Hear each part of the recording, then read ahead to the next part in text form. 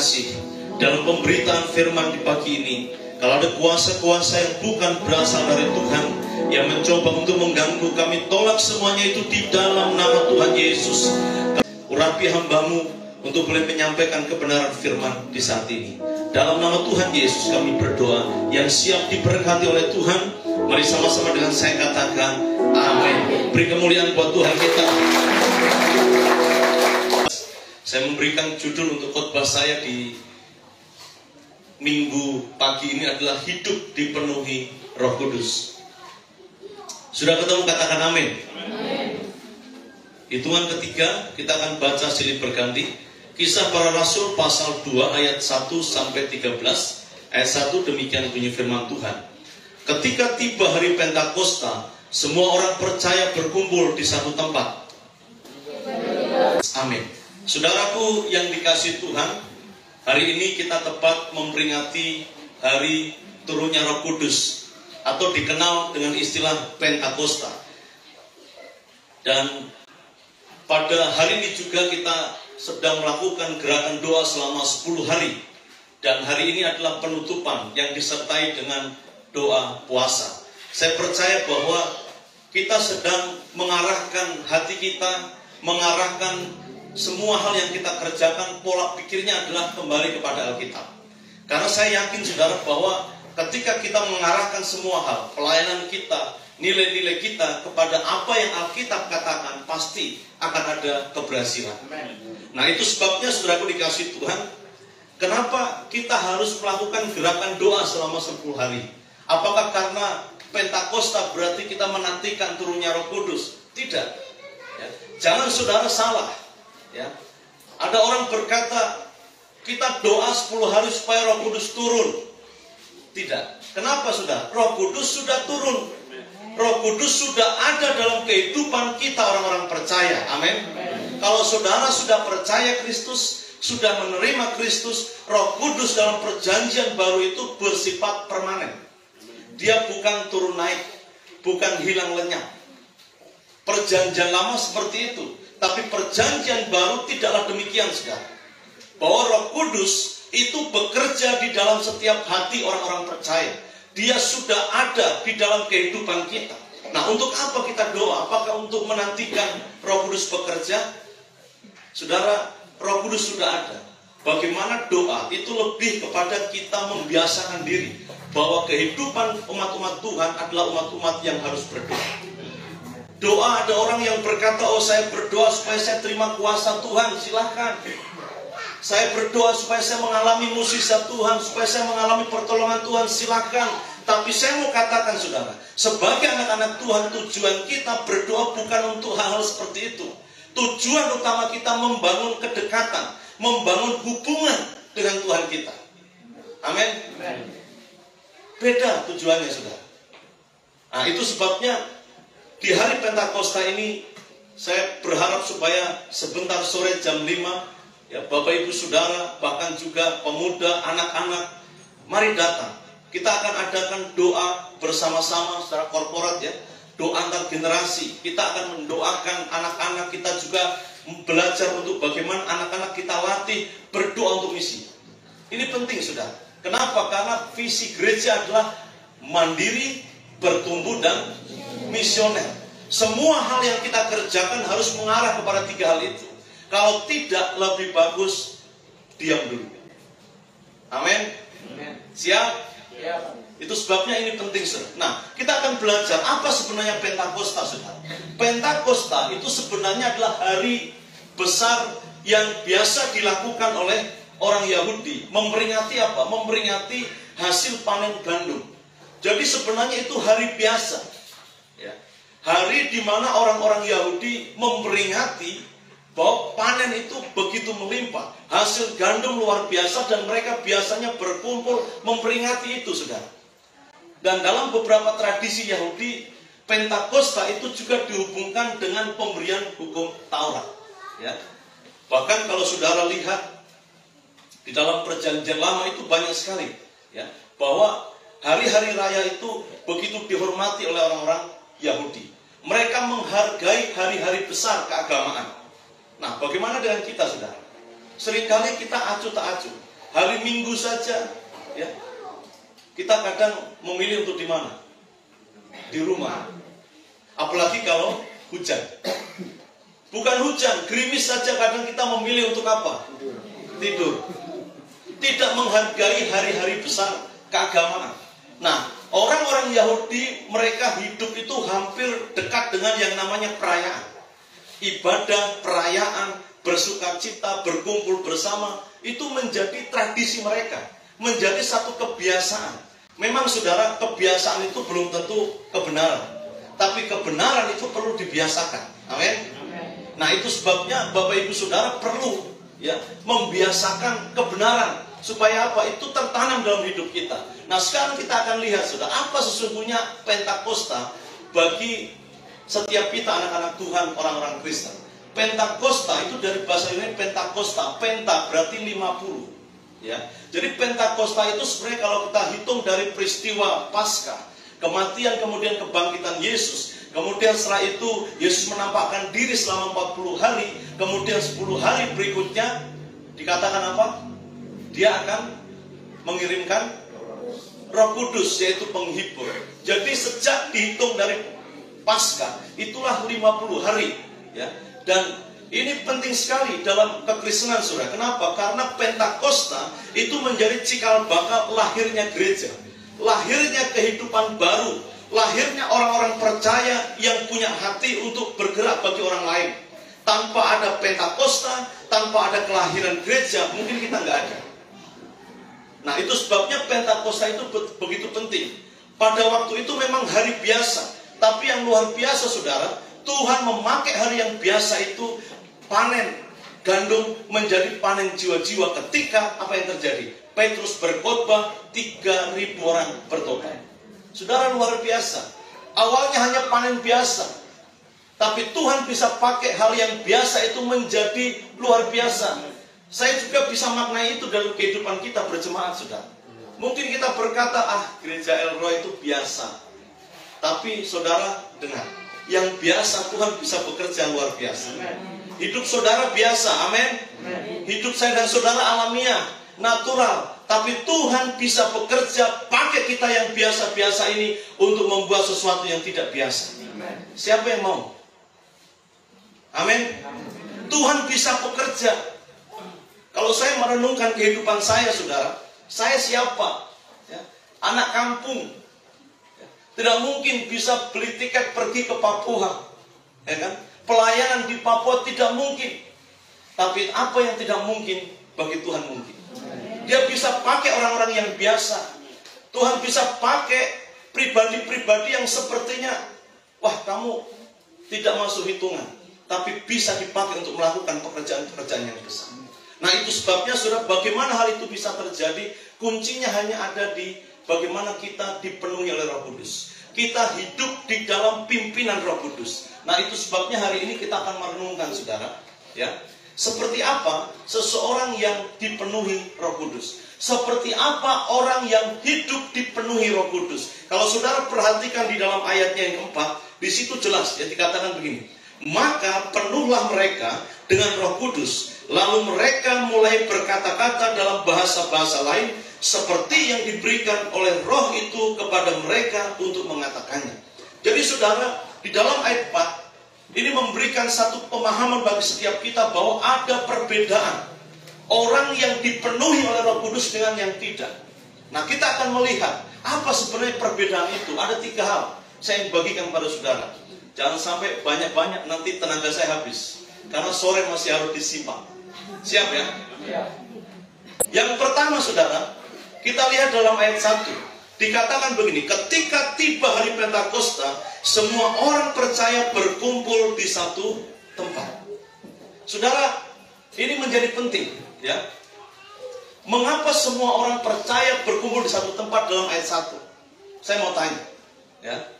Jarang kan gembala tanya kan dalam khotbah. Saya mau tanya, kenapa saudara semua orang percaya ini berkumpul di satu tempat? Kenapa mereka tidak terpecah-pecah?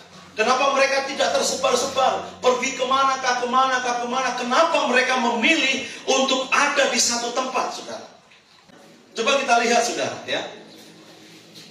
Di dalam Kisah Rasul 1 ayat 4, Alkitab berkata begini, pada suatu hari ketika ia makan bersama-sama dengan mereka, ia, yaitu Yesus, melarang mereka meninggalkan Yerusalem dan menyuruh mereka tinggal di situ menantikan janji Bapa yang demikian katanya, telah kamu dengar daripadaku, dan seterusnya. Saudara, Yesus pernah berjanji kepada para murid, kamu jangan pergi kemana-mana, kamu harus tetap ada di Yerusalem sampai Roh Kudus itu turun atas setiap kamu.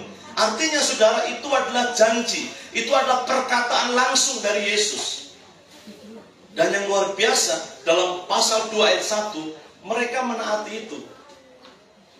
Mereka tidak pergi, mereka tidak memilih, itu kan Yesus sudah naik ke surga, saya bebas karena Yesus sudah tidak ada. Mereka tidak lakukan itu. Alkitab mencatat saudara apa?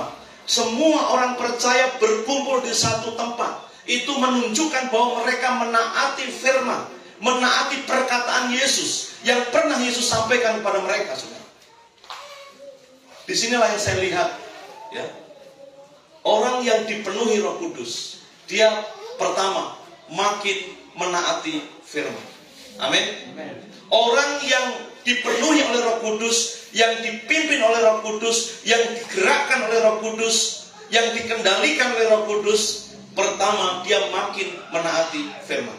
Dia akan lebih setia kepada firman Tuhan. Dia akan lebih menuruti apa kata Yesus, saudara, bukan apa kata dia. Dia lebih tertarik bukan apa yang dia dengar, tapi apa yang Yesus katakan untuk dia dan dia lakukan. Nah, ini saya melihat saudara ada 3 hal, ya. Orang yang mentaati firman, pertama saudara, dia akan mengalami kehadiran Allah, ya. Kalau saudara perhatikan ayat 2 sampai 3, Roh Kudus itu digambarkan, ya, hadir seperti apa? Pertama angin dan api. Kalau saudara baca dalam Perjanjian Lama, banyak sekali ya kehadiran Tuhan itu disimbolkan, dinyatakan, digambarkan seperti angin dan api. Api menyucikan, menghanguskan. Ketika Tuhan menyatakan diri kepada Musa di semak belukar, dalam bentuk apa? Api. Jadi saudara, Roh Kudus digambarkan di situ kehadirannya seperti api. Dan api, angin itu adalah simbol bagaimana Allah hadir. Jadi orang yang mentaati firman, dia akan mengalami kehadiran Allah. Jangan saudara berharap bahwa, saya akan mengalami jawaban-jawaban doa dari Tuhan, saya akan mengalami hadirat Tuhan, saya akan mengalami pemulihan dari Tuhan, Tuhan akan hadir dalam hidup saya, dalam pergumulan saya, sementara saudara tidak pernah mentaati firman. Jangan pernah berharap. Hanya orang-orang yang mentaati firman yang akan mengalami kehadiran Tuhan, saudara.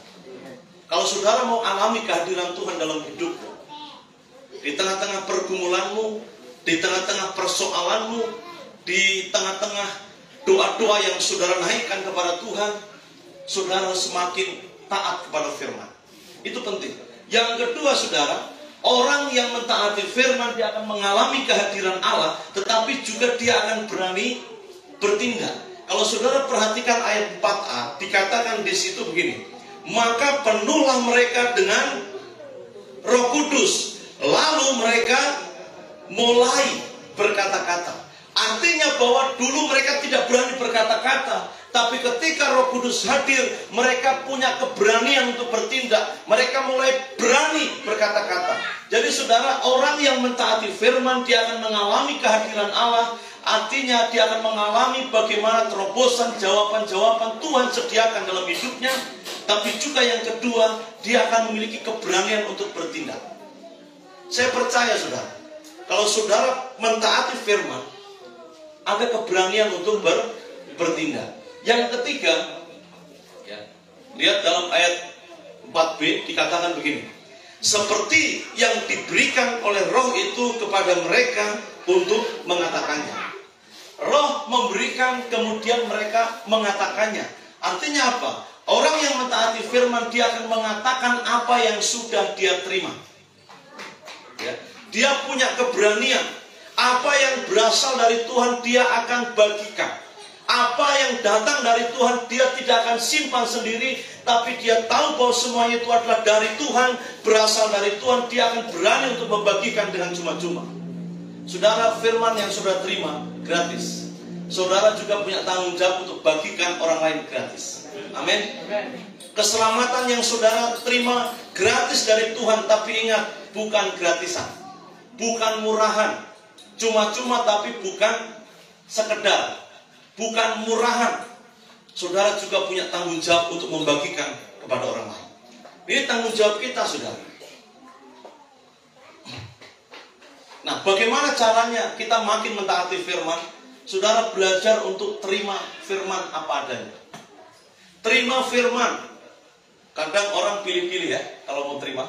Kalau yang enak, menyenangkan, tidak ada teguran, wah itu tepuk tangan di mana-mana. Tidak disuruh puji Tuhan, haleluya, sudah diberkati, oh semua langsung tepuk tangan. Tapi saudaraku dikasih Tuhan, saya mau katakan, kalau kita ingin bertumbuh semakin mentaati firman, kita harus belajar untuk terima firman. Jangan hanya yang enak, teguran tidak mau, nasihat tidak mau. Itu anak-anak kecil. Level kita sudah naik. Itu sebabnya kita harus belajar untuk menerima firman. Setelah kita terima firman, apa yang perlu kita lakukan? Percayai firman. Yang ketiga adalah perkatakan firman. Ketika saudara dalam pergumulan, perkatakan janji Tuhan, firman Tuhan itu. Ungkapkan itu. Ini penting, saudara. Dan kita bacain sama-sama ya. 1, 2, 3. Saudara, hanya orang percaya yang mampu mentaati firman ya. Orang yang tidak percaya, dia abaikan firman, dia lalaikan firman, dia tidak taat firman. Tapi kita sebagai anak-anak Tuhan, orang-orang percaya, kita diberikan kemampuan oleh Roh Kudus untuk mentaati firman ya. Dan itu yang harus kita pegang, saudara ya. Kenapa? Karena saya percaya ini, firman Tuhan itu tidak bisa dibatalkan. Kita perlu mentaati firman karena firman Tuhan itu tidak bisa dibatalkan. Yang kedua, kita perlu mentaati firman karena firman itu tidak bisa gagal. Kita juga perlu mentaati firman karena firman itu tanpa salah, benar adanya, dan dia juga bersifat menyeluruh. Artinya apa? Dia bisa menjawab setiap kebutuhan saudara, pergumulan saudara. Alkitab firman Tuhan, apa yang berasal dari Yesus itu bersifat menyeluruh ya. Bisa berguna dalam kehidupan kita. Yang terakhir adalah firman Tuhan, perkataan Tuhan itu sudah lengkap ya. Itu sebabnya kita perlu mentaati firman lebih lagi, saudara. Kenapa? Karena ini sifat-sifat firman Tuhan itu tidak bisa dibatalkan, tidak bisa gagal, tanpa salah, bersifat menyeluruh, dan sudah lengkap. Artinya apa? Dia bisa menjawab kebutuhan setiap kita. Nah, saudara pernah lihat ini ya? Saya beberapa kali lihat di pembangunan ini ya, tukang kadang minta, Pak, kalau bisa untuk apa ini, paku-paku ini belikan paku yang paku besi atau paku beton. Kenapa, Pak? Ini sudah keras sekali, cor-corangan. Tidak bisa. Harus belikan paku beton atau paku besi. Saudara, ketika dibelikan, apa yang terjadi? Dia paku itu langsung masuk. Kalau paku-paku yang lain biasanya bengkok. Nah, saya mengambil ilustrasi ini, saudara ya. Seringkali sebagai anak-anak Tuhan kita ya seperti ini. Paku harusnya seperti ini ya. Coba kalau paku biasa dipukul biasanya patah ya. Semakin dia mendapat pukulan yang keras pasti akan patah. Tapi kalau paku beton ya, mendapatkan pukulan itu tidak akan menjadi patah, tapi makin menancap kuat. Harusnya setiap orang Kristen juga seperti itu. Terima firman, ditegur, dinasehati ya. Mungkin ada tantangan dalam hidup, jangan patah semangat, tapi harus apa? Semakin mendapat tantangan dan tekanan harusnya ini ya, makin kuat lakukan firman, taati firman. Berat Tuhan, susah, tapi belajar saudara, ketika ada tekanan, ada persoalan, semakin dapat benturan ya, kita seharusnya semakin menancap kuat ya. Iman kita semakin bertumbuh, makin mentaati firman. Itu yang Tuhan mau, saudara ya. Jangan jadi paku-paku biasa Orang Kristen harusnya jadi paku beton, yang ketika dapat pukulan dari firman Tuhan, ketika dapat tantangan, ketika dapat tindasan, harus semakin kuat menancap, ya, makin menaati firman, makin hidup mengasihi, makin hidup mengampuni, suka memberi, suka melayani, harus makin bertumbuh, mentaati firman.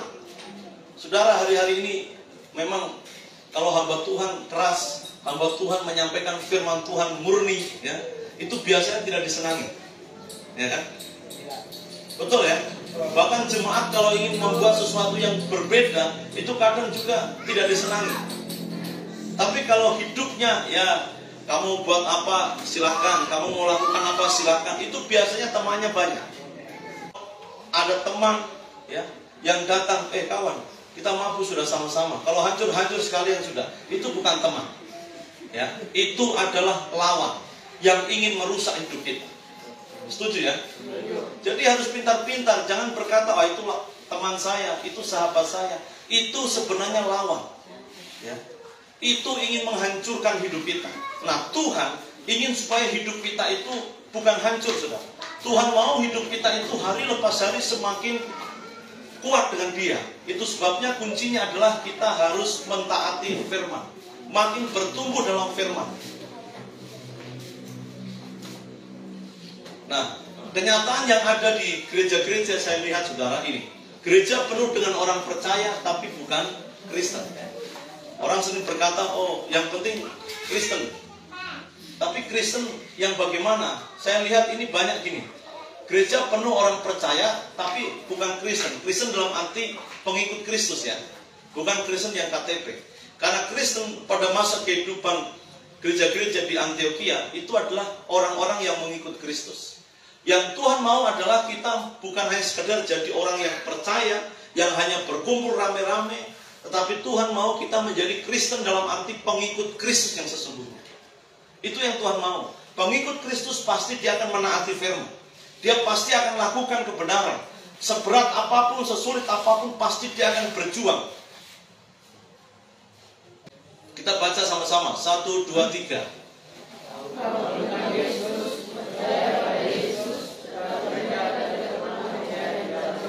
Ini perbedaan, ya. Ada banyak orang tahu banyak tentang Yesus. Artinya pengetahuan saja. Kemudian percaya pada Yesus tapi tidak pernah percaya di dalam Yesus. Ini ada perbedaan, saudara, ya. Dan Tuhan mau adalah saudara percaya di dalam Yesus, ya. Itu sebabnya tadi dalam ayat 1 kata ini penting, ya. Semua harus satu tempat. Kalau saudara perhatikan di situ, semua orang percaya berkumpul di satu tempat. Jadi orang-orang percaya yang berkata bahwa saya orang Kristen, saya orang percaya, saudara harus punya komitmen untuk ada di satu tempat, ya. Kalau saudara di luar dari satu tempat itu, gereja misalnya, saudara mungkin berkata, saya ini Gideon Roy, tapi tidak pernah datang ke gereja, tidak pernah ikut pemuritan, tidak pernah datang beribadah. Itu sebenarnya saudara bukan satu tempat dengan orang percaya. Saudara itu ada di luar, dan saya mau katakan sebenarnya saudara sedang terhilang. Ya. Setuju?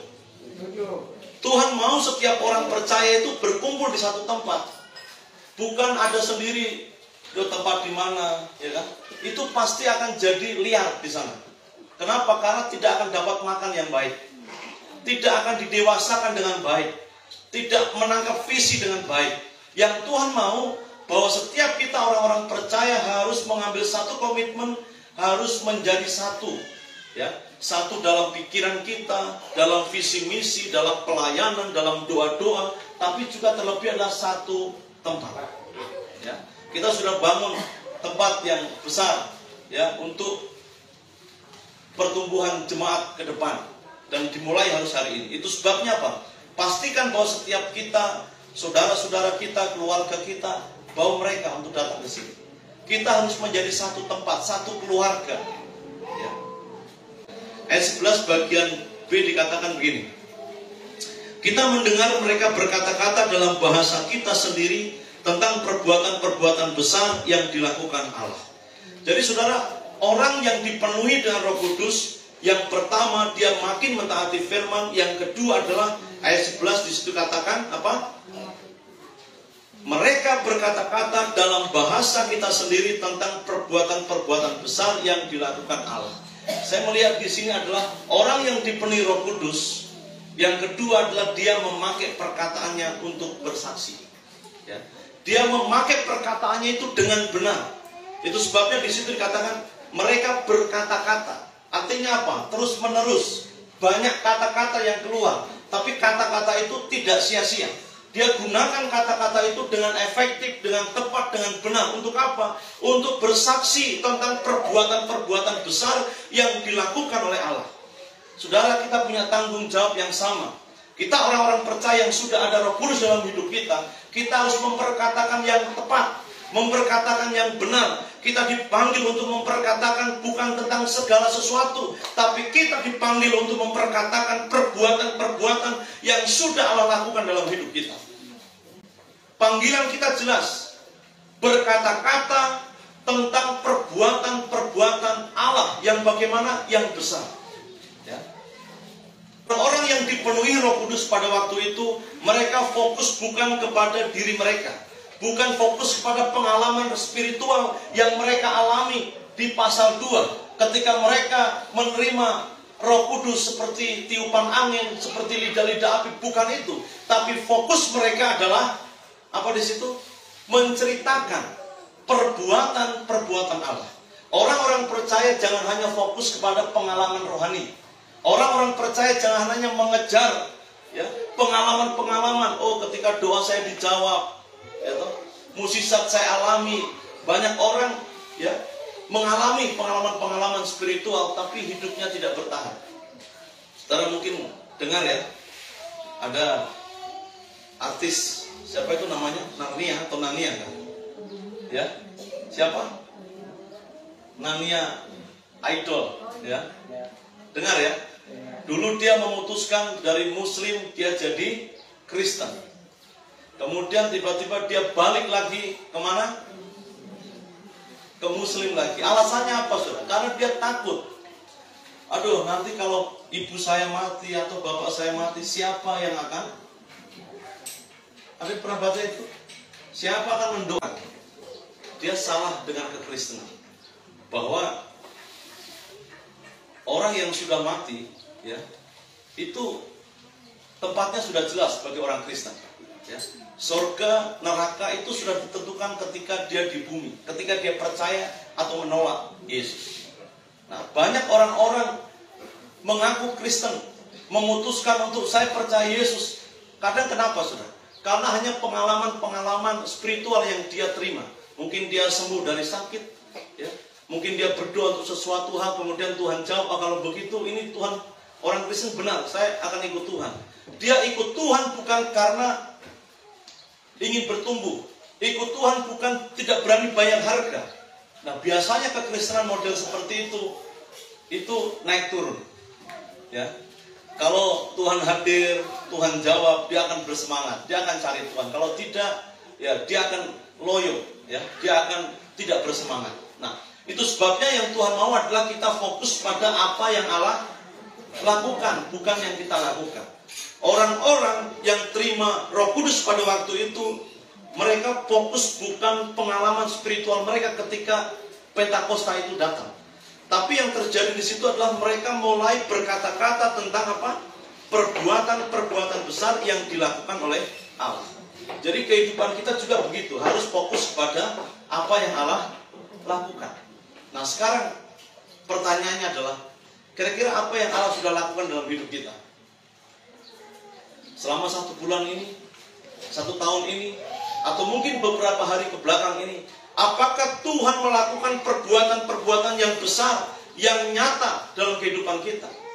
Ada orang Kristen kalau disuruh bersaksi, kesaksiannya 20 tahun yang lalu, kesaksiannya 10 tahun yang lalu, kesaksiannya 5 tahun yang lalu, itu sudah lewat, bilang begitu ya. Harusnya setiap hari ada perbuatan-perbuatan Allah yang kita terus saksikan. Kenapa? Karena Allah nyata, Allah hadir dalam kehidupan kita. Nah, ini penting, saudara. Jangan sombong dan tinggi hati. Kenapa? Allah saja yang dapat melakukan yang besar, dan kita hanya lakukan yang kecil. Ini yang harus kita sadari. Siapa yang bisa melakukan perkara-perkara yang besar? Hanya Allah. Kita tidak bisa lakukan. Ya. Kita hanya bisa lakukan yang kecil. Itu sebabnya apa? Kalau Tuhan pakai kita, Tuhan pergunakan kita untuk kepentingannya, jangan sombong dan tinggi hati. Tapi tetap bangun dalam diri kita kerendahan hati. Ya. Sadar diri bahwa kita bukan siapa-siapa tanpa Tuhan. Kita ini hanyalah alat di tangan Tuhan. Kita ini hanyalah milik Tuhan. Hanya Allah yang dapat melakukan perkara-perkara yang besar. Kita harus mengakui itu. Nah, bagaimana menggunakan perkataan untuk bersaksi? Ya. Pertama, saudara, kita harus berani untuk hidup secara berbeda. Orang-orang Kristen kalau ingin mempergunakan perkataannya itu untuk bersaksi, harus berani. Pertama adalah hidup secara berbeda. Yang kedua, ya, ini harus hidup kudus. Kita baca dengan suara keras ya. 1, 2, 3.